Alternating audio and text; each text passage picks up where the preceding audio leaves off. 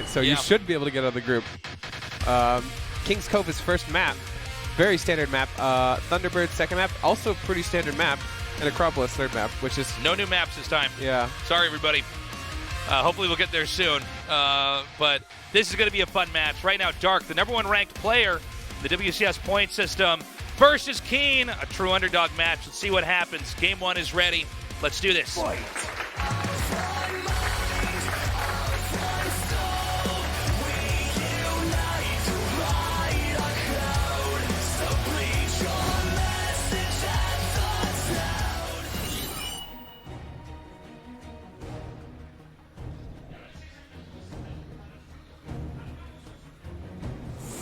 Gosu Crew, Dark.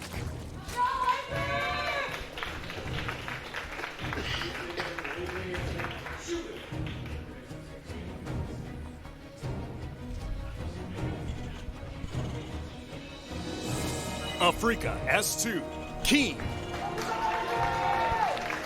That's a lot of crowd, actually. I'm surprised. Yeah, cool audience tonight. Yeah. Oh, Glad do you know what guys come S2 down. stands for? Africa S2? Oh, Starcraft 2? I would assume. Damn. I never asked, but I have to assume that's what it was for. SC2? Yeah, S2. Or it could be a heart. The S and the 2 can mean a heart Really? in emojis in Korean. Okay. It's an older one. It's kind of like now we don't use the smiley faces on their sides really anymore. Not as much. Now we have ugly or worse emojis for it. Oh, there's a dark one. Oh, SC Boy. SC Boy love. All right, SC Boy. Killing it in China right now. Yeah. So nothing abnormal here. I'm actually, it's really impressive if he goes for the SCV Scout. Like, this is like such a small thing, but it gives a lot of respect, you know? Like making sure you're not getting early pulled. I think a lot of Terran players kind of sleep on the early pulls in general, and early pulls seem really strong. Like, sometimes you see 6 run around the map and just kill you. Like, it literally just kills you. Yeah, you just insta-die because you didn't account for this possibility. Right. And I think a lot of players, especially when you're playing against someone like Dark, you would want to cut as many corners as possible. Yeah, it seems like it. I think there's certain cheeses that seem to do even better in professional matches than they would on, like, a ladder game. Right. Because you know that the player is so invested in just this one win that the odds of them discounting certain things sometimes go up a little bit more. Right. It sounds weird, but because you have a best of 3 or a best of 5 or a best of 7 in some cases if you're far enough along in the tournament, sometimes players try to play in ways where they're just factoring out certain things that could happen. So sometimes a hard counter to a certain build can absolutely win. I'm really surprised he just let Dark take the third here completely, freely. Like, he had the SCV there to block it, unless the SCVs went back. I saw it go home, though, so it was a little weird out. Although Dark hasn't taken the third yet. Okay, he just took it now. Yeah, he could have delayed this a little bit longer. Like, his SCV was there, and I guess he wanted it to return home. Like, I've seen people build engineering bays there. Yeah, you know going way out of their is? way to just slow that down as much as possible. Again, this is interesting, because it kind of feel like KeeN doesn't really want to throw Dark off his game. You know what I mean? Like, not trying to delay that longer kind of feels like you're giving Dark the ability to do whatever he wants. Oh, so sort of like, in a sense, you want Dark to follow the exact path he had set up. Yeah, which is really weird, no? Instinct, or I would say so. I mean, I sometimes feel like as long as you have your path set up, like let's say you throw an eBay down there, or you do something to try to prevent that, then you're at least making them follow your own algorithm of systems that you've set up to try to slow them down and curb them. But if you let especially a player like Dark just go ahead and do that. Yeah. Unless KeeN has something very specific set up for a hatchery timed out like this, where he doesn't want to throw him off because let's say Dark gets aggressive. Whoa, Fusion Core. Okay, Fusion Core right over there. Yeah, what I was going to say on speaking on what you were speaking on is you can actually, if you, usually you want to kind of force them to play your game, and you're giving like a lot of respect to just let them take the third whenever they want. Right. You're letting Dark play his own game. That's impressive, right? Like, that's kind of scary. Where you're like, all right, Dark, you play however you want to play. I have this strategy or this plan. Not even just against Dark, but just in general.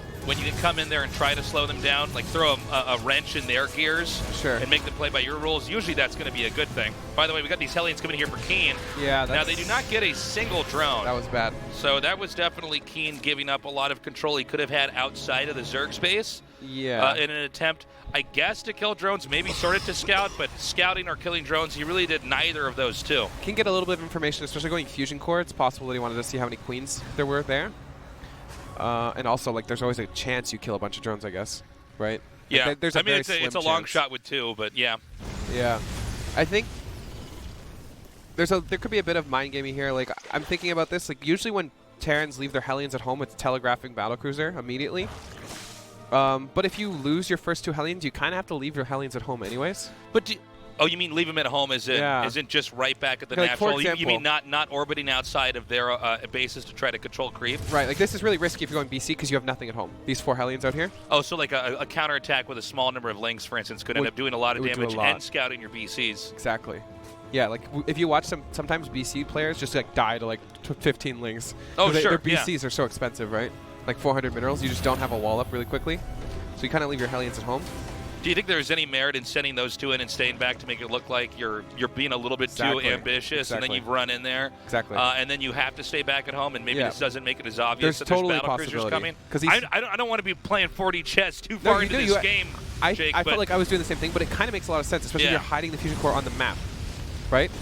So it's impossible to scout it. Okay, I like that. So the 2 Hellions, okay, so if there were 6 Hellions at home, I would almost immediately think that's BCs, and that's me. So Dark is definitely going to think that. But is BCs too commonplace nowadays? Oh, I mean, here we go. Well, now you know. But is Battlecruiser too common these days to where it's just not...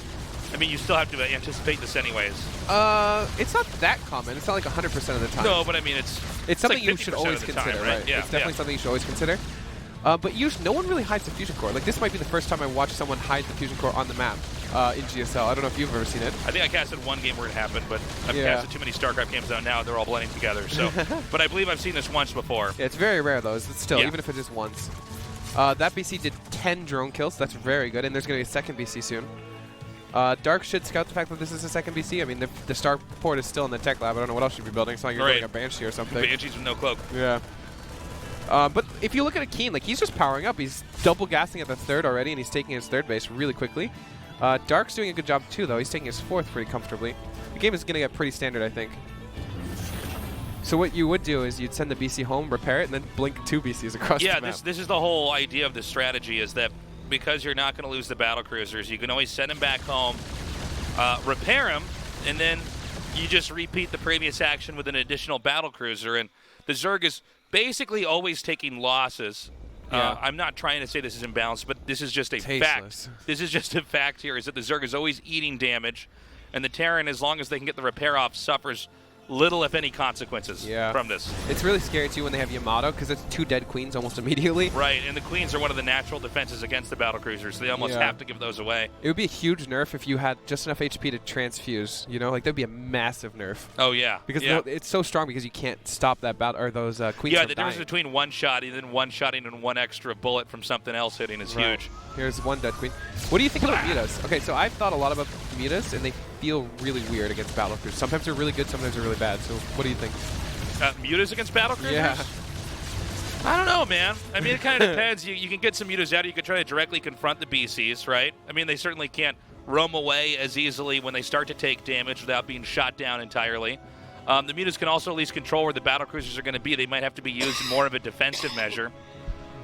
So that's one thing to factor in. I mean, mutas already do this to ground units, but they can do it to BCs. BCs are sluggish. I know that a lot of times we associate them with actual fights over the Zerg territory. But, you know, when you go to BCs, especially if you went for a bunch of Hellions at the start, you don't have much ground defense, right? Oh, there's no turret. And over here, apparently there's no turret. I actually thought there was going to be one. So I think Dark right now is really seizing the moment here. The battlecruisers are going to come back, but the moment that they're back, I think the mutas just run away and fight somewhere else, right? But these mutas are, like, every muta going down is 100 gas, 100 minerals. Like, these are very expensive units. 5 SCVs is not enough to justify all these mutas dying.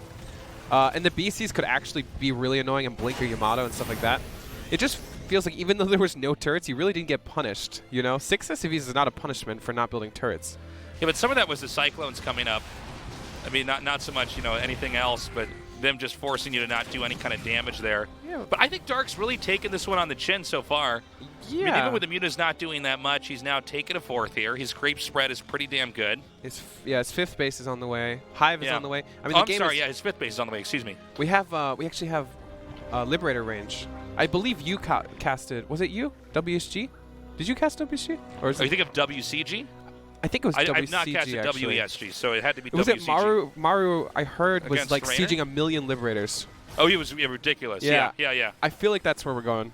He was like making circle art. Like he was making ring art. So I've Liberators never as they seen push this. I forward. never watched that VOD, but I bet you we get something similar. Yeah, well, you can spam out the Liberation Zone so quickly. Hold on a second. We have one of the tanks going down here. I don't think KeeN's had the cleanest defense. KeeN is just not respecting the mutas at all. Like, this is just like, this is just complete disrespect. It's not enough to be terrifying as long as you have defense for this, but the mutas are coming back. This did pull, actually, the entire army now towards the main here, which is buying time. I mean, these mutas are not going to give him any equity later on, so... Those mutas did nothing. These mutas in the late game are like Reapers in the mid game, you know, where you're not going to get that much out of them just for the direction this game's actually gone in. Hold on, we got battle cruisers coming down here. Good blink away. Yeah. So if I re-asked you the question about mutas, would your answer change? Because they feel so bad. Like, yeah. I actually thought they were going to do a little bit more, but no. He didn't even build turrets. Like, well, that was another thing, is I thought for sure this would force him to make a bunch of turrets and have to defend, but actually the Cyclones kind of came out and he just shoot doesn't them care. away, right? It's actually really impressive that you can just like play against Dark and be like, you know what, I don't even do turrets. I don't care if I lose 5 or 6 SCVs. Yeah. Well, it's really not that much, to be honest, compared to, what was it, 7 or 8 mutas that were made there? Yeah, plus, I also find it really interesting that he's doing Liberator stuff right now, like on the map, because there's Corruptors and mutas already out. Well, here's the thing, is that mutas were all just picked off, so now you can use Liberators, right? There's still a Corruptor ball flouting around somewhere out there. Yeah, here they come now. So that's a dead Liberator. Oh, okay, that could have been really bad. One fungal in this army and it's all dead. Yeah, he's going to have to be careful about that. The Greater Spire's about to finish now. One thing is, when you watch Battle Mech like this, he's been playing a bit more passively than normally. I think, like, he's not taking very many fights, and he's building a lot of CC. That's a good point. Normally, the Battle Mech player, especially with the Hellions and the Cyclones, tends to poke a lot more. And, like, snipe bases and stuff or something? Yeah, to come out there, especially off a creep. Granted, this game has not been much Terran asserting themselves over the creep, but generally off creep, you kind of come in there, and you target a few things, spray that down, and then come out. Yeah, like... Look at how many command centers there are. Like, there's 2 command centers being built after the 5 base already. Do you feel like 7 CCs? Is Terran getting a little bit too ahead of themselves in the macro game? In some ways, because we already have 10 Broodlords just now coming out here. It seems like Zerg is actually in pretty good shape to push. There's a second Spire coming in here as well, so we know that there's going to be a lot more upgrades coming into play. I feel like this telegraphs true confidence from KeeN, though. Is it not, like, scary confidence? Like, you're like, I'm just going to go, like, 7 CC against Dark and not even, like... If he's mathed it out and it works, then he's doing it absolutely perfectly, but it does seem to be a little bit earlier than what we normally have. But, yeah, the Terran, I think you're right, though. The Terran's been a little bit passive. Oh, the Terran's just, like, macroing. Yeah, the Terran's a little bit playing single player here. Yeah, he's actually playing single player. Well, let's find out. I mean, I'm excited because it's really hard to play this like and successfully against a Zerg player. It is hard for Zerg to push across the middle here, I think. Yeah. We have a lot of games where Zerg almost pushes across, starts to do the damage, and then everything collapses on itself. It's really scary too because battlecruiser counterattacks, as funny as it sounds, is actually really scary possibility. Okay, here comes some Roach. Baneling coming forward. Looks like not really doing too much there. So we got 4 Thors in production and Liberators. The battlecruisers are still roaming. Okay, here comes a very important moment here. He actually doesn't care about losing this if you're KeeN. Because there's no way KeeN looks at this army and he's like, you know what, I'm going to go kill him with this. You know what I mean? Yeah, like, I think you're probably right. Well, it looks like he wants to siege up here and then have the battlecruisers do the real damage over here. Yeah, exactly. I don't know if that was the best ditch of an army, though. So he has these battlecruisers coming in here. I mean, I know that the tanks are not the most important thing right now, but it's still 4 tanks. Yeah, at least get something for it, but it doesn't matter too much. The battlecruisers are actually doing quite a bit. If he gets that base, I'll totally transfer those 4 tanks for a base. Yeah, it looks like he might, but these Corruptors are coming up here. Okay. And he has to back away, so far not that much. KeeN will come around now with a Liberator and try to set up a zone over here. This is going to keep the Corruptors very busy back at home. It's really impressive. He's been able to maintain some kind of contain without really ever engaging.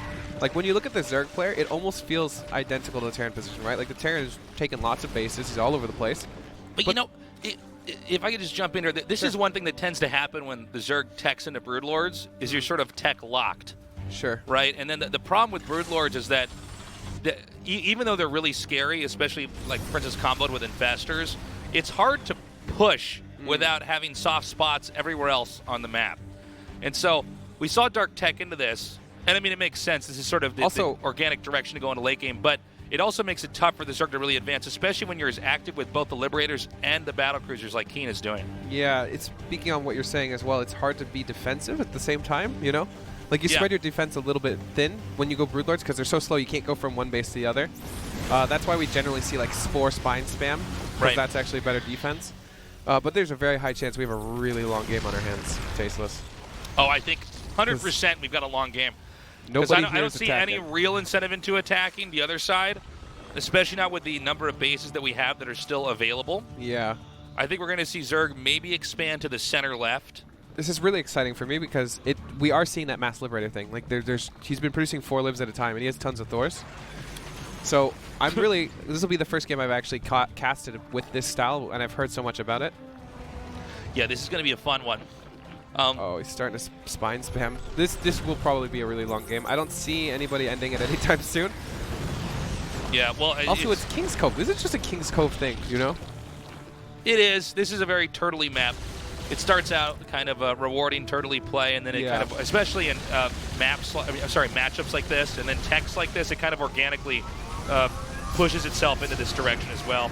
Nicely done. These little micro trade-offs are really important to pay attention to, because in the long run, you're going to have a situation where how everybody, assuming that the minerals and gas continue to get mined up, right?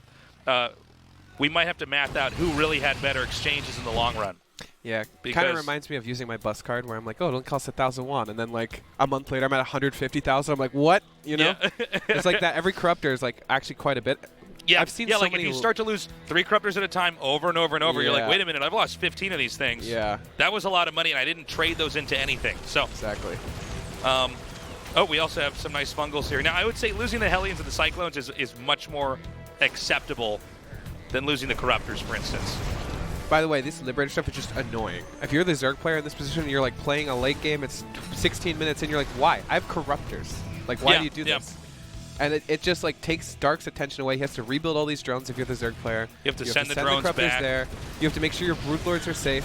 We do have some kind of engagement here. This is a little bit surprising. I don't generally see such aggression. If Dark is doing this push, he has to make it work here. Is he going to repair this? He is trying to repair it, but it's not enough. Yeah, that repair was a little late. It was kind of a free snipe, but I mean, KeeN literally has 1 million command centers, so it's not a big deal. Yeah. It's not like the game's going to end here. Well, hold on. KeeN's coming up here and hitting this location. The Corruptors are still over here defending the Broodlords. He's actually going to try to push through. Now, I just see Thors down here. The Broodlings can get in the way of the surface area of the Thors trying to push forward at all. I'm so surprised KeeN's actually going to build a command center right there. Oh, yeah. I feel like it's so tempting for Dark to just spam, like right-click out Broodlings there. Oh, okay. Where do you blink those to? Okay, this is a little scary. The Broodlords are actually kind of left alone here. There's a lot of... okay, now the support is here, but it's kind of late. All the Queens are going to go down. Nice. I really like the synergy here. I'm excited. Okay, but hold on. Infested Terrans chucked out, trying to get in an angle where they can hit these Liberators. Yeah, the Liberator's not unsieging immediately. It's a little not bit enough weird. Infested Terrans to really make that work. Ooh. New EMP is really going to be interesting here. I don't think I've seen any fights with the new EMP because it's much bigger now. Yeah, I think we're definitely going to have an opportunity to see this happen here Kill now. those Infestors. Yeah, there you go. I love how the Observer just knows, like, we're about to see 3 SCVs kill an Infestor. It's true. Okay. Corruptor's chasing this back away. No, nice. Something really funny about a Thor getting harpooned there. And it walks away. Yeah. It's like the slowest unit. How does it get harpooned and then walk away? Oh god, these SCVs are brave. It's still chasing the Infestor. I can't believe this. Okay, there's a nuke come down here. This is a defensive nuke. Dark should be aware this is coming down. He's probably going to give up this position. The SCVs are still chasing the SCVs, Infestors. Yeah. Is that Liberator going to die? It's close. Oh, I canceled it. Okay. So, okay. Oh, finally. Defensive play of the Infestor retreating under the Broodlord, so the SCVs are killed. So one thing to note, if you're an aspiring pro Terran player, look at how well KeeN used his first 3 battle cruisers. They are still alive. Yeah. They've still been annoying, and they've been alive for what, like 15 minutes? And if you're good enough, those will stay alive forever. Almost the entire game. And you have to respect them the entire game. Like if those 3 die, like it's so much less pressure on the map. It's just amazing how well he can utilize his Infestors. There's a big fight. A lot of EMPs go down. A little bit of a misengage there by Dark. Yeah. Chucking those out. Those were easily shot down. Oh, this is now really we have the KeeN with the battle cruisers coming up here and actually doing a lot of damage. Oh, I really like the medevacs. He can actually pick up the ghosts if they go too far forward. He can pick them up. Oh, that's so true. Yeah, he can. Okay, he's not doing it yet. He but didn't make it work that time. They died, but The idea is there. Yeah, the idea is definitely there. Time to use those like war prisms, man. Okay, I like this. Just takes the hatch out immediately. And that's probably the most important expansion to keep going here, because that's like the outermost as far as Zerg territory goes. Zerg's going to mine out the other bases more quickly. So that was an excellent play by KeeN, denying that base and then forcing Dark to invest more just to re-expand there and reclaim that. As we continue on to this game, we have 8 more Infestors being made. The Broodlord army is still pretty strong. You know, with the Thors out and the Liberators, we have a similar situation that the Zerg was in earlier, where they're not really able to move very quickly on the map. We got some Neural Parasite coming down here. Liberation zones, I'm actually not sure how this is going to end, because I think that's going to wear off. Did they actually get away? Good targeting. Takes out, looks like at least 2 or 3. Yeah. Nicely done. That was a great exchange there for Dark. Yeah, it was okay. I mean, a couple Infestors died, but I would say even trades are fine. Is that Ultraless movement speed being upgraded? What is that upgrade? Like the Foot Claw. I feel like that's Ultraless movement speed. Looks like it. Anabolic synthesis? I've never heard Synesthesis? I have no idea. Did you call it synthesis? Synthesis? I don't know. This is not English class. Oh, 1 dies. The first battlecruiser. The first battlecruiser casualty of the game. Yeah. Okay, so I'm really interested. Are we going to go Ultras against, like, Liberators? I mean, just getting every upgrade? Yeah, we're getting to the point now. Terran's going to try to push in. And is this actually going to work coming up here? Keep in mind, yeah, the Corruptors, of course, can target down ground structures as well. And if this area is neglected, this is going to be a pretty key location that you want to try to have defended. It's a dead planetary, if I've ever seen one. He's kind of exploding on the map now. He's taking a lot of... Is KeeN overextending, though? Hold on.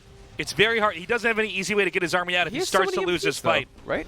These EMPs are, like, vital. As long as he has good EMPs, he should be able to always retreat. So the Infestors need to be able to come.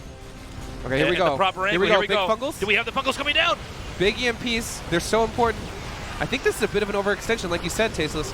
Though these Liberators are reigning supreme. Corruptors clear them all up. Yeah, no, it's going to be the Broodlords and the Infested Terrans that can actually drive this away, and I think that was the first real overextension there by Terran. Yeah, it is. Supplies are still kind of even, but production tabs 6 Thors. I mean, that was a big loss for Terran, losing all those Thors. He didn't really get to trade for any Infestors either. He's getting a couple of Broodlords now, but it's a little late. The fusion core goes down. No. Yeah, that's one way to get rid of it. Guess we don't really need that anymore. Yeah, not exactly the most important building. But look, now that Zerg has air dominance, 11 Corruptors, 13 Corruptors actually coming out, and additional Broodlords added in. Oh, I think where's the support? Yeah, well, he needs the where's the support? Yeah, here it is. It's coming over here now. Is that that ghost? Is there any Fungals? No way. Actually, they're all pretty dry. No way. He's going to try to get some surrounds here. I like this idea. He gets one. That was really cool, actually. I think if he didn't do that, he could lose every single Broodlord. Because there was no energy. Oh, teleport out. Nice. Yep, the last surviving battlecruiser. I'm a little scared for Mass Thor. Okay, we do have Ultras, by the way. So those were Ultra upgrades. I have no idea why. Do you know the funniest thing is knowing the upgrade names, though? Like, do you even remember the name now? No, I don't. I mean, it's the same in StarCraft 1 where I'm like, I actually have my own name. Like, I don't. What is Zealot speed? I call it the legs upgrade, but I don't know what it is. I actually don't know either. I don't know because that's not how my brain processes the game. Yeah, I thought I just called it charge. Is it not? It might actually be charged. I don't know. I'm just actually not sure. By the way, CC goes down. Now, there's a lot that's happened in the last few seconds here. Zerg lost both the 2 top right expansions. Oh my god, it's just a bloodbath. Terran is about to lose this planetary. The only nice thing for Terran here is he has like a million command centers. He can lift these off and land them all back here, and Dark has to rebuild them. He can do the replacement game, but if he loses that next wave, Terran's in serious dire straits here.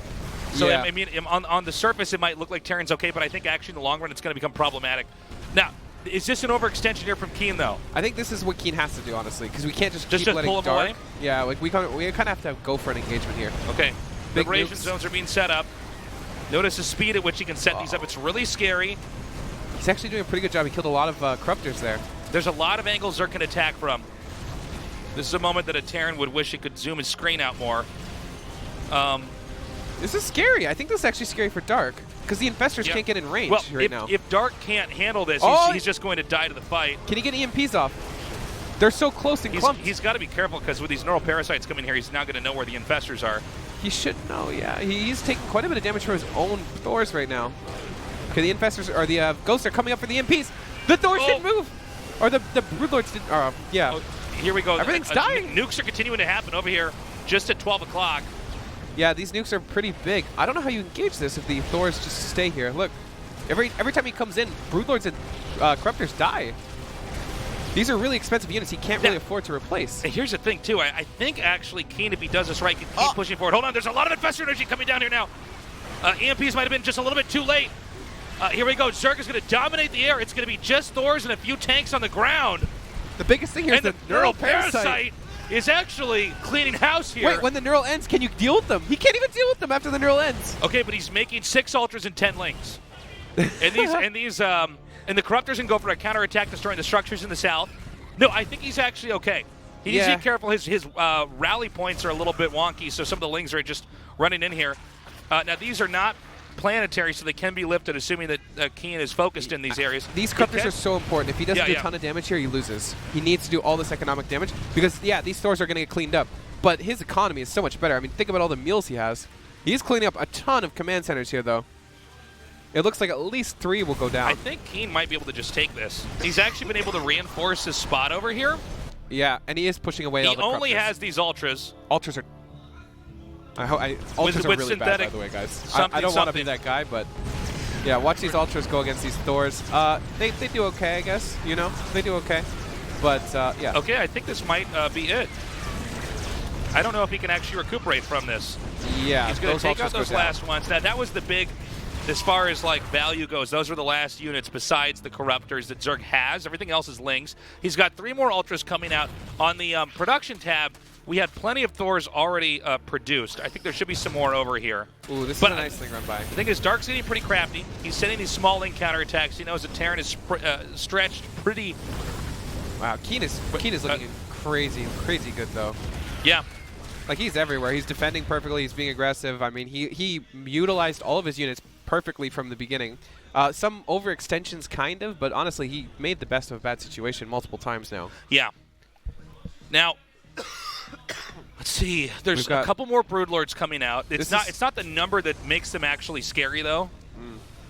I mean, I feel like it's desperation at this point. Like, 3 Broodlords is never going to fight against these. I think that Terran could brute force his way through here. Yes. I think you could get fungled constantly and still win this game at this point. Yeah. No, I think you can just power through at this.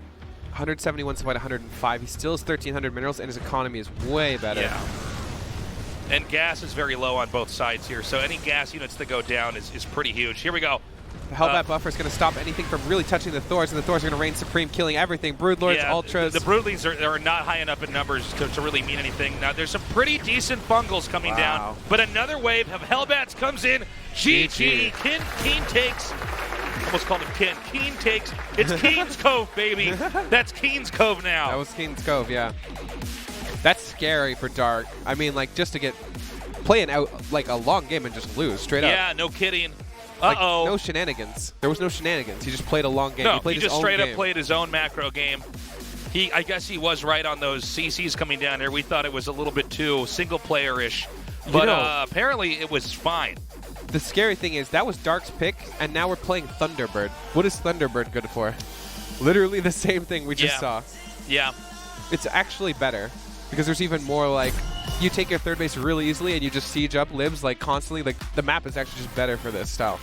So I'm quite scared. I feel like Dark should actually maybe cheese him or something. He's very comfortable doing that kind of stuff, but I don't know, best of man. 3, right? Yeah.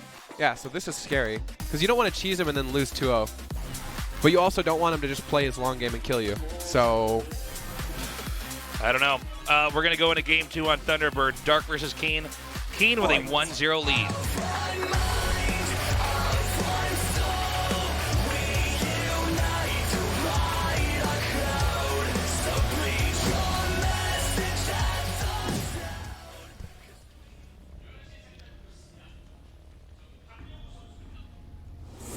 Gosu Crew, Dark.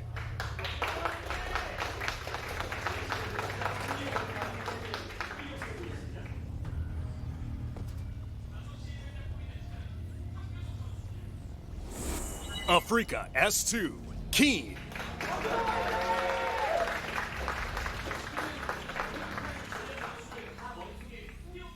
So, if you're Dark, how do you feel right now? Probably on the verge of being very insecure. On the verge of being insecure. Because, well, if he loses this series specifically, I mean, look, he already had a very disappointing showing at GSL versus the World. That's, that happens. But, Right. This guy, this is his tournament right now. So he's obviously interested in coming back and dominating here. And, look, I think everybody can agree that he was not supposed to lose any games against KeeN here today.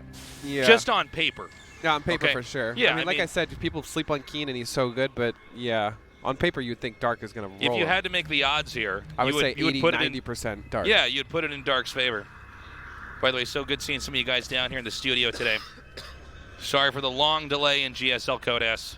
Scheduling has been crazy for us this year, but it's good to have this tournament back. Yeah, so much Starcraft. It's always a good thing. Mm-hmm. So my prediction is we're going to have basically identical stuff. Like, I don't see why KeeN would switch it up. I mean, he basically played his game and won. I think it's Dark's turn to actually switch it up. There's something to be said when you have a player like of Dark's caliber or any of the players that are top 2 in their races, when they lose to somebody who's considered worse than them by a lot in a macro game. Okay, now somebody's wrong here if they keep fighting. Hold on. It would have been Dark. Yeah, Dark I was would going have to say, lost whenever it. you see two workers fighting and someone hasn't turned around, somebody's 100% wrong. So, yeah, when you lose a game like that, that's when you have to be alarmed, because the best of the best of the best generally are their strongest in the most complex late games, right? Because they know the race and the matchup A to Z. That's why we tend to see a lot of cheeses with one player seems to be weaker than the other. Of course, we have great players at the top level cheese as well, but generally speaking, the guy who feels a little bit weaker goes for a timing attack, goes for something else to try to get in there. Get an itch or something. And the fact that KeeN started this out with some insanely robust, from A to Z, complete endgame Terran versus Zerg and beat Dark, that's crazy. There's a third CC halfway done already, and there's 2 barracks. So this is going to be Bio with a third CC. And this is like, first of all, getting the third CC right away like this is saying, I am not afraid of anything you could do to me early on at all. And Bio play. Yeah, so Bio. This is so very cool. different from game 2. Or game 1, excuse me. We're in game 2. So if you're Dark and you just lost a game like that, you probably think, okay, I need to drone up earlier, I need to tech faster, I need to, do this kind of stuff to not just like lay down and die. And if you're KeeN and you're playing 3 CC Bio, like where you're going to explode on the map in like a mid-game timing, and your opponent's just teching and droning, they're going to die, like straight up die. So I'm a little bit scared if Dark tries to read this as another mech game like I thought it would be too. I did not expect this build specifically. Yeah, I've never seen this. So I'm excited. But, I mean, this is KeeN showing how you play a best of 3 at, like, world-class levels. Yeah, because he's got a completely different delivery system here for how he wants to attack in. Now we have that third CC done. He hasn't landed it yet. He's going to SCV up a little bit more. He's getting stim. Yeah, starport But on the we way. haven't had any real scouting here from Zerg, right? It's just, and what he sees there, that obviously doesn't tell him anything. Yeah, he doesn't know anything really. I think the Overlord hasn't gone in at all. He sees gas at the Nat. And there's nothing really to tell here. He's getting a Bailey Nest, he's getting a Lair. He's playing a normal game. I'm interested to see how KeeN plays this. If this KeeN's going to go for like some Marine drop or possibly like a 2 medevac drop timing, something along those lines. Could also just be like straight up macro again like he did before. This is quite a few Hellions to be going like Bio with 3CC, so I'm quite interested. Yeah, he's got to be careful. KeeN does. I don't think he's going to overextend. And we talked about this a little bit in the last game. Is like, was his 2 Hellions and Reaper coming in there somehow masking the hidden BC tech, or was it simply an error in his play? Was he attacking him? Because when you're doing this type of build, you have to be very careful with the from the Terran's end, excuse me. When you're doing this type of build, you have to be very careful as the Terran player to not overextend, because you were actually working with very little for the time being. You can harass, but if your harass, for instance, gets shot out of the sky, you're in trouble, because Zerg can punch back twice as hard. So we're going to have the medevac Marine kind of control maneuver here over the creep tumors. It's actually going to be Hellbats too. It's going to be like a Hellbat medevac Marine timing with stim. This is really, really scary. Yeah, now Dark is getting ready. He knows it's coming. With a lot of Lings and some Banes being made here. So this is going to be really interesting. I think this is important. He has enough Banes, but if KeeN controls this really well, it might be really hard. I mean, yeah, this will come down to angling as well. Yeah, what can the Banes connect with? Yeah, and all right, here we go. Here we go. The Hellbats are set up. Stim is already done too. Like this is going to be really scary. Marines going up front. It's a little bit of an interesting decision, especially because of Banes. I think he wants to shoot the Banes first and then have the Hellbats try to absorb the shots coming from behind here. Yes. Not much heal on these Marines just yet. They're going to have to loop around this way. He'll have another stim, making these Marines a little bit softer against these Lings. Yeah, these Marines are really soft right now. Bane speed's already done. Should Terran just turn around here? I feel like this is not safe for him to be there anymore. Yeah, Terran's The thing is that he can't pick up and run away, though, right? With everything, certainly not. Right, he can't. Yeah, I think, well, I mean, you'd sacrifice the Hellbats because they, don't do as well later on. But, yeah, he doesn't really want to sacrifice anything. He's actually reinforcing it. I think there's a siege tank. Yeah, there is a siege tank. This could be really scary still. Off creep, siege tank. Sieging up right over here. This puts him in range. This is where he can start to really pick a fight. He's going to need to spread out and kind of wait for Dark to come to him. I mean, there is Bane speed already, so this is really scary. I think Dark could roll this when the fight happens. Okay. Does give up the fourth, like he just sacks it. Okay. Well, there's something to that, man. If he says he cannot take this, this is definitely a wise decision. But he's losing queens, too. This is not a good call. I don't care who you are. Good pickup. Great pickup. He does not lose anything there. He can unload. He can heal up now. Look at this. All the damage. In this entire game, he's lost like 1 Reaper. That's it. 1,200 to 50. Lost nothing. The Reaper is expected to be lost, too. It's like he's literally basically lost nothing of any significance. KeeN wanted to do, or Dark wanted to do some counterattacks, but there's no way to get in. Yeah. Look at the armies. Well, the way this map's set up, how are you going to get in there right now? I mean, you can't, especially not without neglecting this attack that's coming up here. And KeeN is playing a flawless game so far. I'm really impressed. Like, this is Dark. I'm possibly one of the best, if not the best Zerg player besides Cyril. Could possibly have won this whole tournament and now might be losing 2-0 to KeeN here. Yeah. Okay, not bad targeting, but Dark, of course, does not need to try to hold that position on the other side of that little entryway there. I love the Nidus. Now, is this too ambitious here of KeeN? No, KeeN is doing great, because if Dark trades into KeeN, KeeN is happy.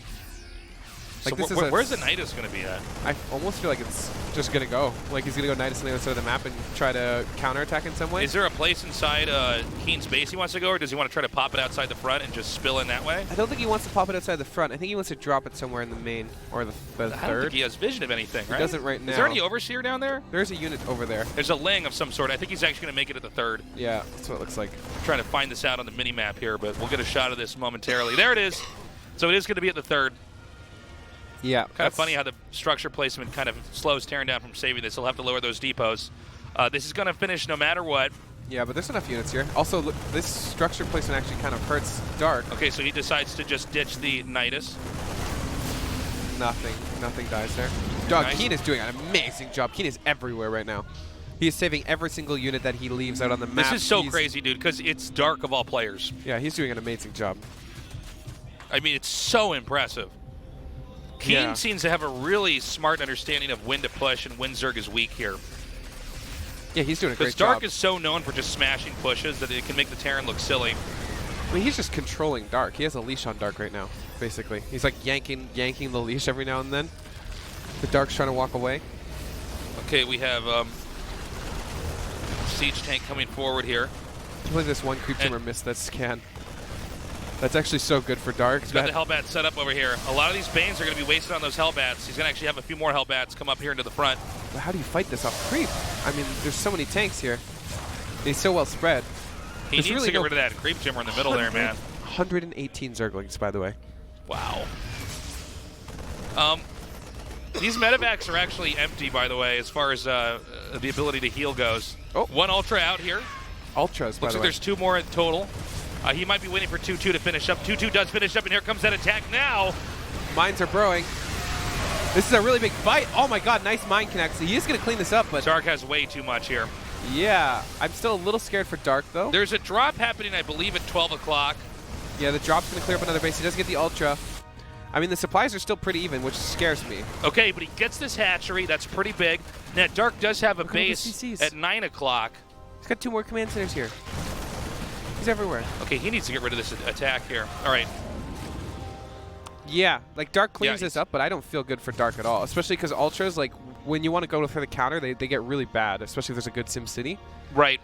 So he kind of doesn't have much right now for, like, counterattack. And there's also so many CCs on the map. Like, how do you stop KeeN from just exploding on the map once again, which is what he's doing right now. He's coming to clear creep, and he's going to get into a position that's really obnoxious. There's no Banelings? None? Not a single Baneling here?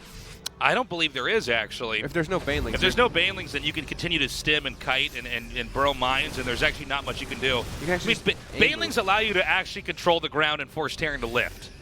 Oh, if you have no Banelings, they just giggle at you. Yeah. Because Zerglings do not kill Bio without Banelings. Except if you drop them out of a medevac one at a time. And there's an Ultra there, in which case they do. Okay, this is getting a little bit scary for Dark here. Dark has taken that center left base. We don't see any attack coming over there just yet. Again, he's got to be careful. He needs to get Overseers over there to spot those Widow Mines, or they're going to get very favorable trades off in those positions. We also have Terran taking this upper right location.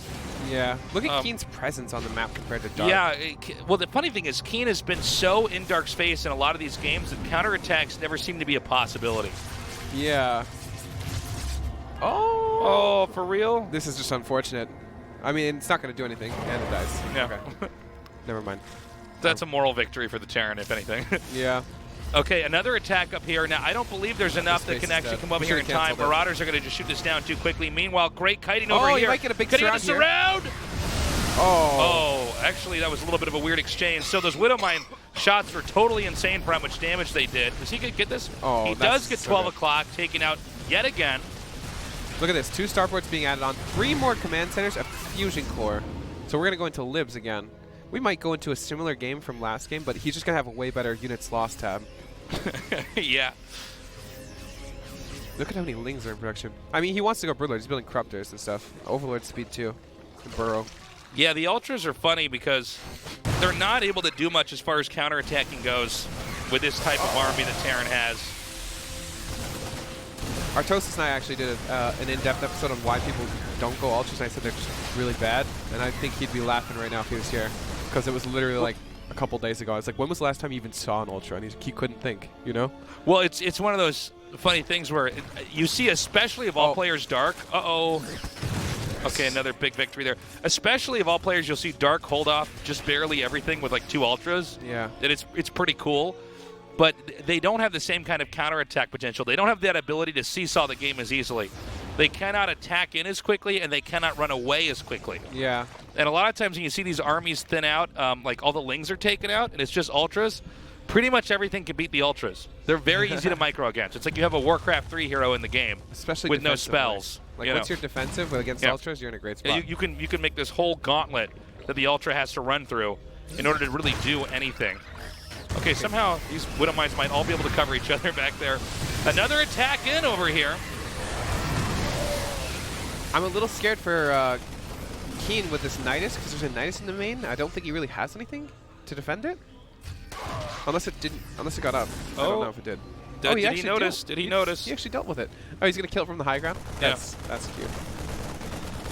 Oh, he's got lips too. He's doing a great job. Like, this is just impressive. I'm very thoroughly impressed by KeeN. Yeah, he's such a great player this game. I'm so totally impressed. By the way, takes out that Overseer. So the option for another Nidus. It's actually going to be pretty tough to have any successful Nidus play, I think, from here on out. Between the sensor towers, the nature of this map, and the fact that there's no real easy place to put a Nidus that's going to help you anyways from in this point in the game. He's also really on the back foot. You know, like he's just defending constantly. Like he has no like leniency in this game. He's just constantly defending. No presence on the map. I think we might have KeeN do a drop up here at 12, and then we might have another attack over at 9. Yeah. We're starting to get into Liberator range, or Lib range stuff, which is really annoying. Remember how he was utilizing Liberator range when there were Corruptors? There are no Corruptors now. And that means there's nothing to directly contest them airwise. Yeah. At least there are not that I know of. Is there a soft spot on Terran's side of the map that you could just try to attack into? No. Not at 6 o'clock? I mean, the Niduses are the best way of trying to do that, and he seems like he hasn't been able to. Okay, picks up lots of. Does he get like a special prize if he keeps killing the space over and over? Yeah, it's called winning. It's like a punch card. You can get punched a couple times. For a free, you get a free drink. It's free extra, yeah. A free cookie or something. Ooh. I actually think these trades are starting to go in Dark's favor a lot. Yeah, the last few that we've seen in the last minute here are actually going really nicely. Now, this is a big victory here. That's a huge victory. A victory for Ultralists as well on the offense. They actually take out that base at the center right. Yeah, I better check my Cacao. I guarantee you Artos isn't mentioning if he's watching this. Like, I was telling him, they're just so bad, like Ultras. But they're doing a really good job right now. I mean, he hasn't died yet. The counterattack or the supply switch is almost KeeN's fault at this point, I feel, though. Like, he's been on the map so much, and he's been losing so many of these fights too one-sidedly. I'm a little scared for him now because he doesn't have any momentum anymore. Dark is finally going to be able to breathe and like, take what he wants and go to Broodlords and get up all these bases. He was dominating so hard for a while here. Oh, we're going to get to see the Nidus over at the 3 o'clock spot. Yay. Those are Widow Mines. It does feel like KeeN's also been pretty low SCV count. I mean, he's got 63. Well, I think that was helping him when he was maxed out and pushing everywhere. But once you overextend, then you've been slowed down quite a bit. Dark is going to attack here at the bottom. Ooh. I don't believe there's enough for Terran to hold this, but maybe he can fish some of the army over here. All right, the Planetary is taken out, and the Corruptors will take out this air army. Yeah, and I think we're seeing Dark play a little bit of a cleaner game. He was on the defense, but he was patient and he held out. And now we're seeing KeeN with just not the right number of units. Now it's down to 37 workers to 71, and economically that's almost impossible to recover from. Yeah, if any race were to do it, it would be Terran, though. And with this many command centers, he has mules. But this is like a true comeback story. If you're KeeN now and you're coming back against the previous GSL champion. So it would be really, really, really hard. But we'll see. It's a really excellent play from Dark to actually come back. Because this is actually a comeback from Dark. Like, Dark was on the back foot constantly this entire game. But I'll tell you, KeeN has looked terrifying for this entire series up until now. Yeah. I think he just didn't handle this very well, especially once he lost all those workers and got it down to 37. It's just really hard to dig your way out of this hole. And so, I didn't even see that as a commentator. I didn't see that there either. Nicely done. Yeah. So we should be going to game 3 now. Well, I don't see how you can stop the Zerg machine. I mean... Yeah, well, I don't see Dark letting up either. Dark, generally, when he gets an advantage, he does not throw, so... Yeah, that's very true. I mean, Dark, I feel like Dark is, when he loses, he's been on the back foot for the entire game, but you very rarely see him lose when he's ahead, like when he's just straight up ahead. I mean, which is generally the sign of a very good Zerg player. Very good any player, too. He gets a substantial lead, and he just closes it out. Yeah, this is going to be really hard. I mean, losing these bases is vital. This is going to be a really nice surround. Oh, he actually this is not the best angle here. He's kind of, the Terran's army's a little bit slippery here. That was a huge mine. But I still think, wow, okay, that was that mine was massive. Was like about as good as it ever could have gone in a million years for Terran. Yeah, and this base didn't die. He's actually so that was actually a pretty shocking. So speaking about how Dark never loses when he's ahead. Yeah, that was exactly what he had to do to get himself into a bad position again. Ooh. Nice snipes on the Ultras. There's a Nidus coming down here. I don't know if the Nidus is going to help that much, but we'll see. The Corruptors are taking out the Medivacs, but the Terran ground army's winning. Yeah, this Nidus is going to be pretty big. The command center has too low HP to lift now, because it'll just die. Right, the Corruptors will spam it down. He has to drop mules to defend it. Okay, so that was not bad. That was not about as bad as it could have gone for Dark. Dark is still in the lead and still should win. Yeah, Dark has too many bases. Mistakes like that are what can get you from a guaranteed win into jeopardy. I think that was partially why he took such a bad fight, though, too, because he just knows how far ahead he is. Yeah, he can take a couple losses, I guess, big picture here, and probably come out on top. We do see Terran trying to recover the worker count here a little bit. It's back up to 46 now. Yeah, but it's a real balance. Yeah, it's a real balancing act, though, for the Terran because the Zerg army's getting so big. And so we have some more Widow Mines connecting pretty nicely, and the Ultra not here with the army just yet. Surround. Okay, it's Ultras and Banes, and I think there might not be enough to hold this ground area. GG. Dark wins game 2. Nicely done. Yeah, this has got to be a big load off of his shoulders. I mean, now that it's tied 1-1 and you have a bit of momentum behind you, it feels way, way better for Dark. I mean, he's playing the third map, a mutually agreed upon map. This was KeeN's map choice. It's interesting they both won each other's map choices, but yeah, if you're Dark, you're feeling way better. But KeeN still should feel really good about himself.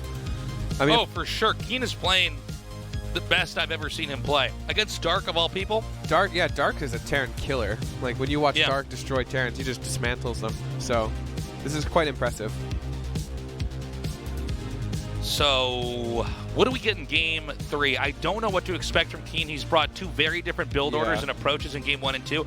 I think he played them both almost perfectly until he just lost about 3 or 4 fights in the middle of the map and gave up his lead, and that's when Dark, you know, crawled back from the dead. Yeah, I'm ready for Proxy 3Rex. Maybe, dude, maybe, man.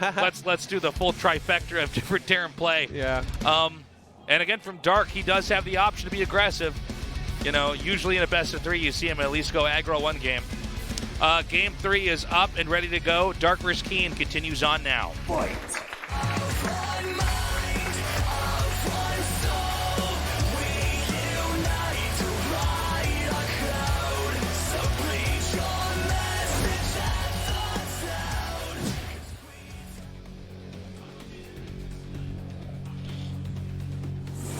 Gosu Crew, Dark.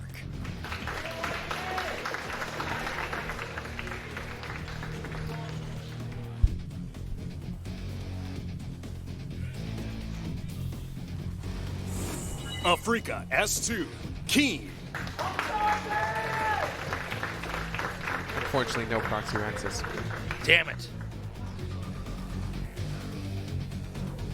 We do have the Wallen started here at the natural, though. And it's Hatch first for Dark. I really like... Okay, so remember when I was talking about the SCV scouting and that stuff? Yeah. You actually don't have to do that if you do this, because your CC is defended.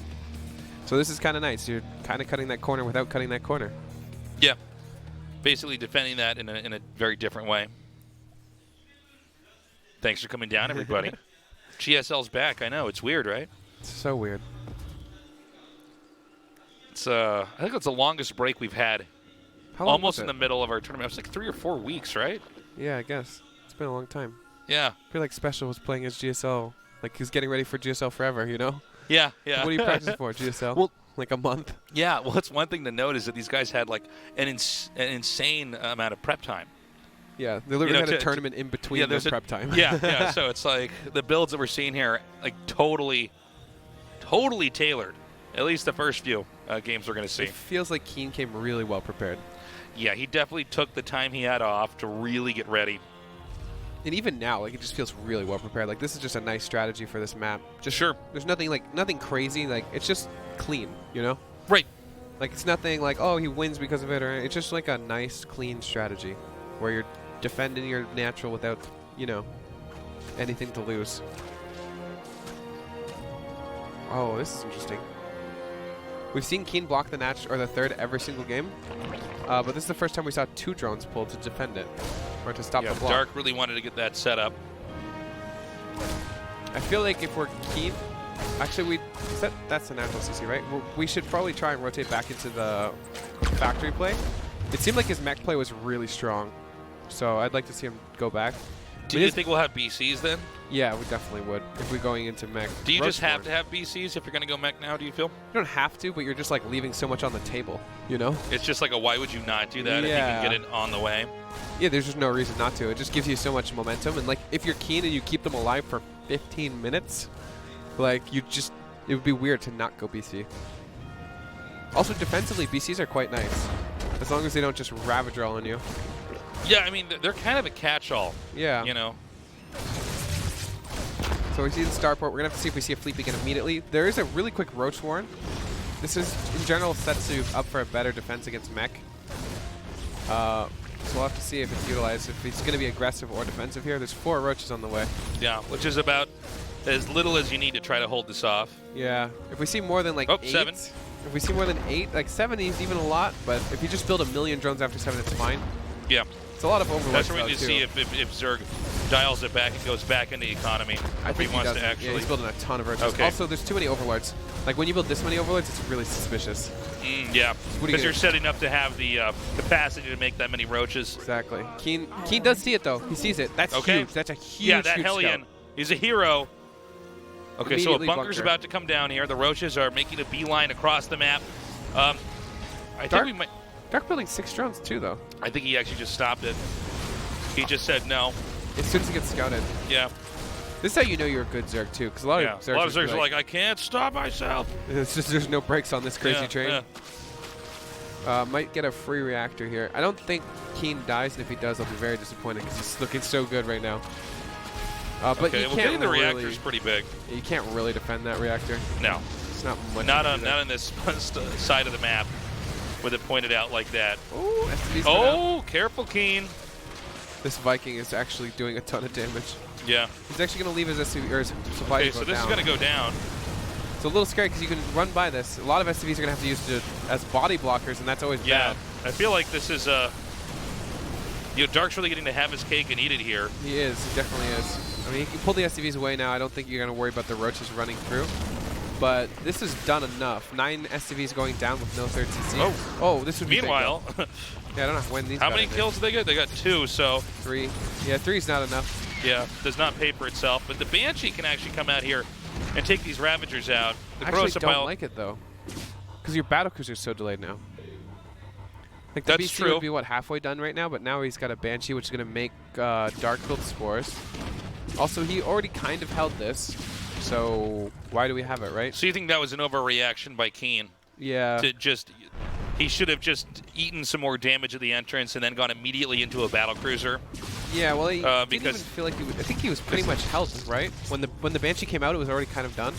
I think you're probably right. I don't think he would have actually lost like the rest of his buildings over there or anything. It would have been annoying, but the fact that now Dark gets to kind of do his own thing on this side of the map, it's going to be a while before the BC can come out and get over there.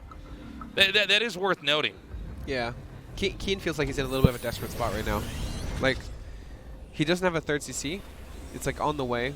But Well, some of this is that got scouted, and excuse me, had we seen Dark continue to attack, like not make drones there, and just pour all of his energy into that attack, then yeah, the Banshee would have come out, and this game would have normalized out. Now here comes that later BC here.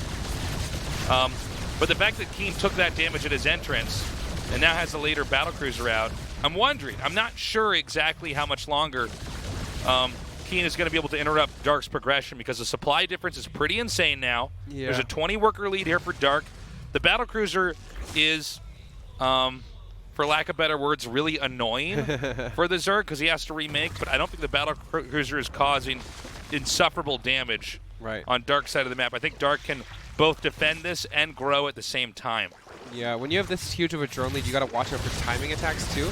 Like 71 drones to 45. If KeeN like powers up to equalize this, he is a little bit in trouble for like possible timing attacks. Is it possible for Dark to just, when the third is being taken, for KeeN to just counterattack and hit that and deny it? For KeeN, it's hard to do it, right? No. For Dark to hit KeeN. Dark can definitely hit KeeN, yes. KeeN can't really do that though.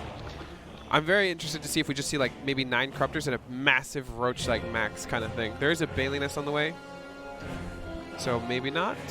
Okay, here we go. Should we see a motto? Yep. Okay, one shot's the queen. Yep. It's just gonna be annoying, but he's not really able to do anything. 8 corruptors on the way. We have to have melee on the way too. So we're probably not going to see any timing attacks. This might actually be more of a macro-oriented. That BC teleport did not do basically anything. Oh, he's got to be careful. This is pretty low. Yeah, there's a lot of spores here. Oh, maybe he gets his hatchery. Probably not. He could. He just sat Queens there. are on the way. He does have a teleport out, so he can be a little bit risky. He does have. Oh, he doesn't have a teleport out actually. He teleported in. Oh, dude, he's just going to lose the first BC. That was. Now that. Yeah, that's big. That you can't afford to lose. I mean, this build is sort of hinged on the idea that the battlecruisers will grow in numbers as the game goes on longer. Not all players will continue to make them the entire time, but the idea is that they give you value not just in the early game and the mid game, but in the late game as well. And so to lose it like that is actually quite bad here for KeeN, and that gives KeeN a lot less control on the map overall. Does he want to try to get? Oh, he should do it. This is so big. You know, this is getting more and more popular. Just this idea of coming in here and taking out the Terrans. Oh, he saved no! Stim. Stim is such a big upgrade. The Stim was the important one to get. Yeah. But the idea was still there. You want to try to take out the Tech Lab upgrades for infantry. We're seeing this in all the matchups more and more. If you get Stim, I mean, that's the most important upgrade that Terran has, basically. Without Stim, there's... It takes so long. They just can't do anything on the map with I mean, first of all, if they're getting stimmed, then their army is all Marines. And if you stop them from getting that, they can't move out with their army on the map. That was cute. He transfused the hatchery before it dies. Yeah. So that's unfortunate that he didn't get that, but still the idea is there. Dark with some like world-class play. Right. But not having combat shields, I mean, that hurts too. You need to have your Marines be tough enough to fight the Lings on the ground. I mean, not the end of the world too, though, because he's not going to attack anytime soon, right? Like we're probably not going to see KeeN go for it. He is on his back foot. Well, we're saying that now. He looks like he's moving out to attack, but I think the idea that you're saying is right. Yeah, he might be creep clearing too. This might not be a huge commitment. He might get that command center to cancel. No, it's just 3 Marines to it. I think you wanted to save it for something else. So Terran with a 3rd and 4th here. Look at Link speed's not done yet. Oh yeah, look at that. Ooh. Hey, good snipe there on that tank. Yeah, so combat shield's actually being quite crucial here. Ooh, nice Baneling's fire there, but this is kind of scary. He's gonna get a full surround here. All the Banelings run into the tank. Oh my God, he's gonna get all of these medevacs here, and now KeeN. KeeN's in trouble. This really army bad. is just marooned down here. Oh, he's doing an amazing job focus firing, but yeah, he trades that entire army for basically nothing. Okay, and guys, big picture. Dark is almost maxed out. KeeN with the command center being built. Not completely vulnerable. Not being built, excuse me. I'm sorry, there is no SCB there. I mean, I don't see what's stopping Dark in a little bit here from attacking in. I think he makes a few more Banelings, sets up, and tries to actually come in here and smash that. Yeah, Dark's going to max, kind of trade his army, and then he's going to max again and kill you. That's what's going to happen. If he doesn't win with the first max, he's going to win with the second. Nice. Okay. Moral victory there. We got one Ninja Vanish. Yeah. Okay, so we have a ridiculous amount of Banelings coming up. And I don't know if control alone will save the Terran here. Don't you think when the battlecruiser slows down from its teleport that everybody inside would just be dead?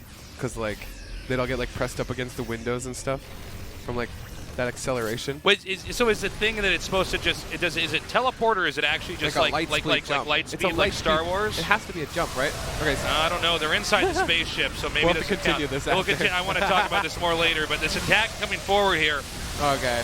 Yeah, I don't see any way of defending this. There's too much stuff. And actually, most of the production's on the outside of the Terran's base. And the battlecruiser Terran's got his organs on the outside this time around.